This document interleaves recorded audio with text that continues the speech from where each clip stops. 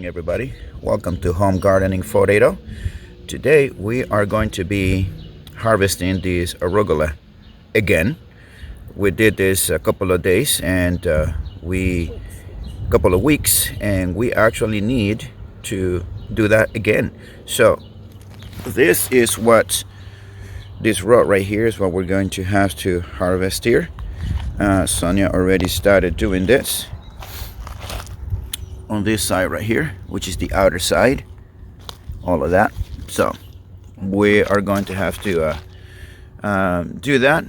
She already collected a bowl, and we're going to move on to this other side of the bed and then harvest the rest of it.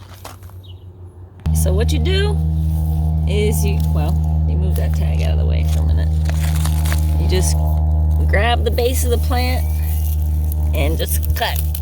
Just like that. Okay. That's all you gotta do. You'll see there's a few stragglers. But you can see this leaf has a hole in it, and I think there's a little, you can see that right there. Let me zoom it in so lens to focus. Yes. Right there's a little bug. But all you gotta do is grab it and cut, just like that.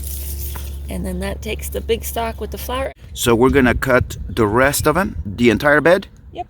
Okay, so we're gonna go ahead and get myself a pair of scissors and start cutting. Now, we actually cut them all, so you can see there. Also, there is starting to flower as well, as you can see there. And so both sides are done now. Now this is gonna, since we're also changing on we're getting more sunlight.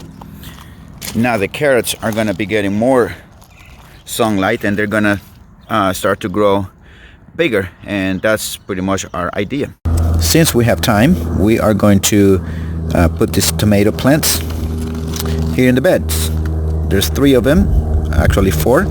The other one's gonna go right there.